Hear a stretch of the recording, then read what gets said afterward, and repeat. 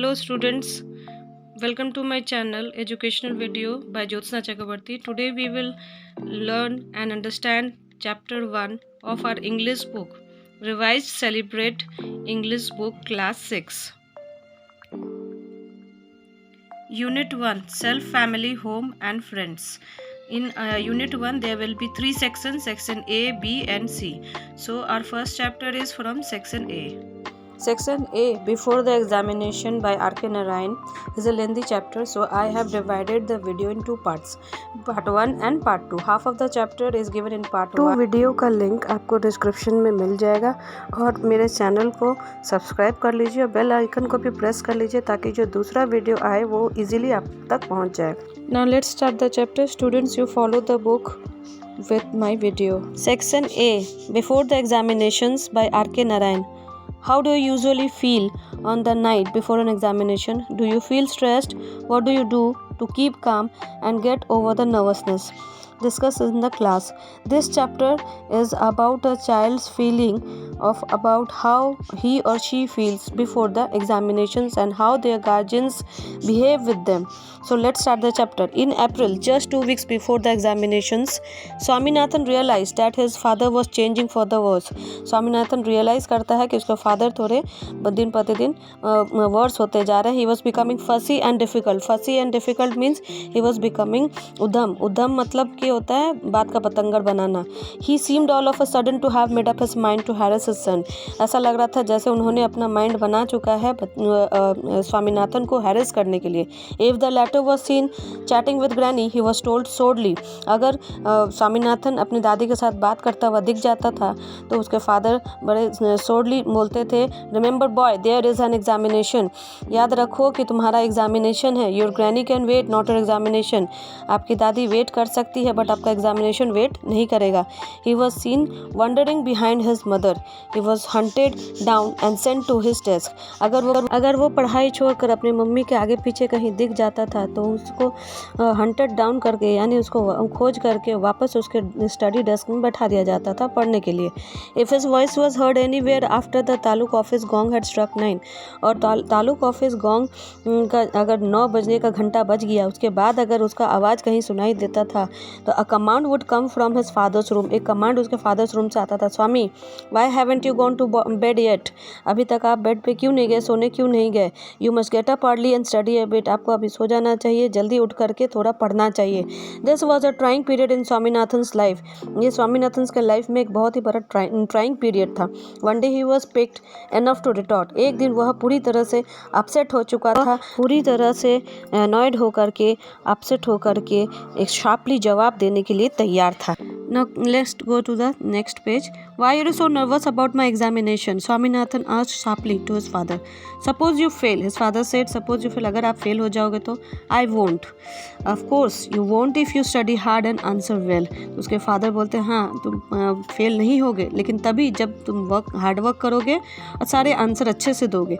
Suppose you fail and your classmates go up leaving you behind. मान लो कि अगर आप फेल हो गए और आपके क्लासमेट्स आपको छोड़ करके आगे निकल गए. You can start doing just what you like on the very day your examination closes. आप इसलिए आपको पढ़ना चाहिए और आपको जो भी अच्छा लगता है वो एग्जामिनेशन ख़त्म होने के बाद ही कीजिएगा. Swaminathan reflected. Suppose the P, Mani, Rajam and Shankar deserted him and occupied second A. अब स्वामीनाथन भी सोचने लगा कि अगर कहीं सही में उसका दोस्त पी, मनी, राजम और शंकर अगर उसको अकेला छोड़ करके सेकंड ए में पोजीशन ऑक्यूपाई कर लेते हैं तब उसका क्या होगा. तब वो सोचता है कि his father was right. And then his father drove home the point. और फिर उसके फादर एक मेन पॉइंट पर ध्यान देते हैं और बोलते हैं suppose all your juniors in the 5th standard become your classmates. अब मान लो कि आपके सारे जूनियर्स जो कि 5th स्टैंडर्ड में हैं और वो आगे जा कर के आपके क्लासमेट्स बन जाएं तो. Swaminathan sat at decimals for half an hour. और स्वामीनाथन उस बात को लेकर के एक ही बिंदु पर डेसिमल्स पर उसी बिंदुओं पर सोचने लगा. आधे घंटे तक उस पर विचार किया. At school, everybody seemed to be overwhelmed by the thought of the examinations. और स्कूल में भी माहौल वैसा ही था, हर कोई परेशान था इस विचार को एग्जामिनेशंस के विचार को लेकर के. It was weeks since anybody had seen a smile on Sankar's face.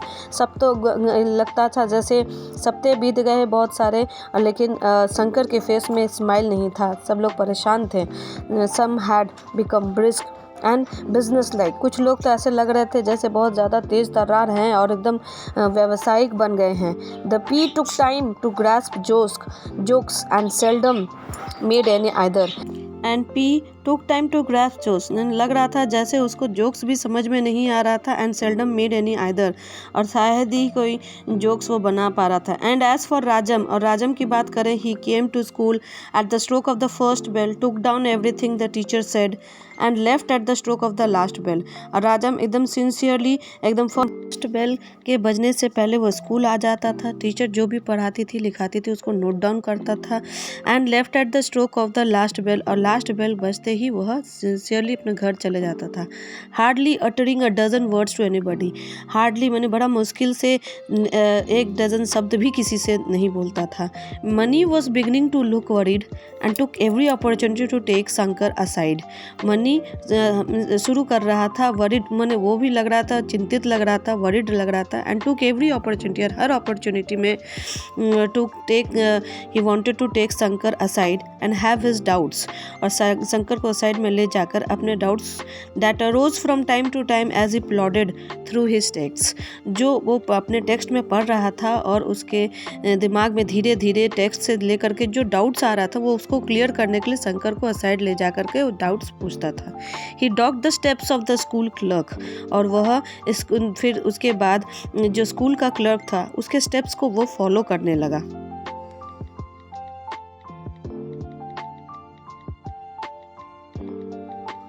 There was a general belief in the school that the clerk was omniscient and knew all the question papers of all the classes. वहाँ एक general belief था, एक सबके मन में एक विचार था कि स्कूल में जो क्लर्क होता है उसे वह सर्वज्ञानी होता है, उसे सब पता है और वह सारे क्वेश्चन पेपर्स सभी क्लासेस का जानता है. One day, Mani went to the clerk's house and laid a neat bundle containing fresh brinjals at his feet. एक दिन मनी क्लर्क के घर में गया और उसके पैरों के सामने बहुत सारे फ्रेश ब्रिंजल्स के बंडल ला करके उसके पैर के सामने रख देता है. The clerk was pleased and took money in and seated him on a stool. और क्लर्क देख करके बहुत प्रसन्न हुआ और मनी को अंदर ले जा करके एक स्टूल में जाकर बैठाता है. The clerk looked extremely amiable and money felt that he could ask anything at that moment and get it. और क्लर्क उस समय बड़ा मिलनसार लग रहा था. मनी को लगा कि अब वो उस समय उसको सब कुछ बता देगा. The clerk was murmuring something about his cat, lank ill-fed thing that was nestling close to him. Clerk कुछ बड़बड़ा रहा था अपने कैट की तरफ देख करके और that was nestling close to him, जो कि उसके बगल में बैठा हुआ था. Most of what he was saying that did not enter Mani's head. जो भी वो बड़बड़ा रहा था, बोल रहा था, कुछ भी मनी के सर में घुस नहीं रहा था, उसे समझ में नहीं आ रहा था. He was waiting feverishly to open the topic of question papers. बड़ा ईगरली और बहुत उत्सुकता से वह वेट कर रहा था कि क्वेश्चन पेपर्स का कोई टॉपिक वो बताएगा. The clerk had meanwhile passed from cats to eye flies. अभी क्लर्क मीन वेल उसी समय क्लर्क कैट से बात करते करते फिर आई फ्लाइज की तरफ घूम गया. But it made little difference to Mani. लेकिन मनी को उससे कोई फर्क नहीं पड़ा. Who was waiting for the other to pause for breath to launch his attack. और जो कि मनी वेट कर रहा था कि कब वो अपनी बातों को बंद करे, रुके, तो वह अपनी बात उसके सामने रखे. You must never let these eye flies buzz near your eyes. तब वो मनी बोलता है कि आपको कभी आई फ्लाइज को अपने आंखों के सामने घूमने नहीं देना चाहिए. All cases of eye sore can be trace to it. उससे आंखों में आई सोर हो सकता है, आंख फूल सकते हैं. When you get eye sore the only thing you can do is to take a slice of raw onion. जब आपको आई सोर हो जाए तो हम लोग एक ही उपाय कर सकते हैं कि हम लोग प्याज का एक टुकड़ा स्लाइस ले करके उसका उपाय कर सकते हैं. Now let's go to the next page, page number 4. Mani realized that the other would not stop and booted in. Mani realize किया कि क्लर्क सर रुकेंगे नहीं, ये बोलते ही रहेंगे, इसलिए वो बीच में इंटरफेयर करके बोलता है there is only a week more for the examination sir. फिर वो बोलता है कि सर सिर्फ एग्जामिनेशन के लिए सिर्फ एक ही सप्ताह बचा हुआ है। The clerk was slightly puzzled, yes indeed a week more. The clerk थोड़ा सा पजल्ड हो गया, सोचने लगा कि ये क्यों बोल रहा है, yes indeed a week more, हाँ एक ही सप्ताह है। You must take care to choose only the juicy variety, the large juicy variety, not the small onion. और फिर टॉपिक आ जाता है ऑनियन पर, जो बोला गया था कि ऑनियन लगाने से आई सो ठीक होता है, तो वो बोलता है कि आपको एक जूसी वैरायटी लेना चाहिए, यानी बड़ा onion, not the small onion. Sir money interrupted, फिर से मनी इंटरप्ट करता है, sir ignoring the juicy variety I am much worried about the examination. He tried to look pathetic, pathetic यानी कि चिंतित, वह चिंतित लुक कर रहा था और बोल रहा था कि सर मैं अपने एग्जामिनेशन के लिए बहुत चिंतित हूँ। तो उसमें रिप्लाई देता है, क्लर्क से रिप्लाई देता है I am glad if you read well you will pass said the Oracle. तो फिर उनसे रिप्लाई मिलता है, क्लर्क से रिप्लाई मिलता है कि हाँ अगर आप अच्छे से पढ़ो तो आप अच्छे से पास हो जाओगे। You see sir I am so worried I don't sleep at nights thinking of the examination. But money बोलता है कि सर मैं इतना ज़्यादा चिंतित हूँ कि रात को मैं सो नहीं पाता, एग्जामिनेशन के बारे में सोचते सोचते मेरी नींद ही चली जाती है। If you could possibly tell me something important, अगर आप कुछ इंपॉर्टेंट बता देते। I have such a lot to study, मुझे बहुत कुछ पढ़ना है। Don't want to study unnecessary things, यानी कि वो बोलता है कि मुझे अननेसेसरी थिंग्स नहीं पढ़ना, that may not be necessary for the examination. हो सकता है कि वो एग्जामिनेशन के लिए नेसेसरी नहीं है, तो उसे मैं क्यों पढ़ूँ। He mindered thus clerk understood what he was driving at but said, मिंडर्ड यानी मिंडर्ड मतलब होता है टूक अ वाइंडिंग कोर्स। वो बोलता है कि मुझे सिर्फ आप इम्पॉर्टेंट बता दीजिए तो मैं वही पढ़ूंगा। तो क्लर्क समझ गया वो क्या बोलना चाहता है, just read all your portions and you will pass. तो उसमें क्लर्क बोलता है, क्लर्क बोलते हैं कि जो आपके पोर्शंस में है आप उसे पढ़ो, आप पास हो जाओगे।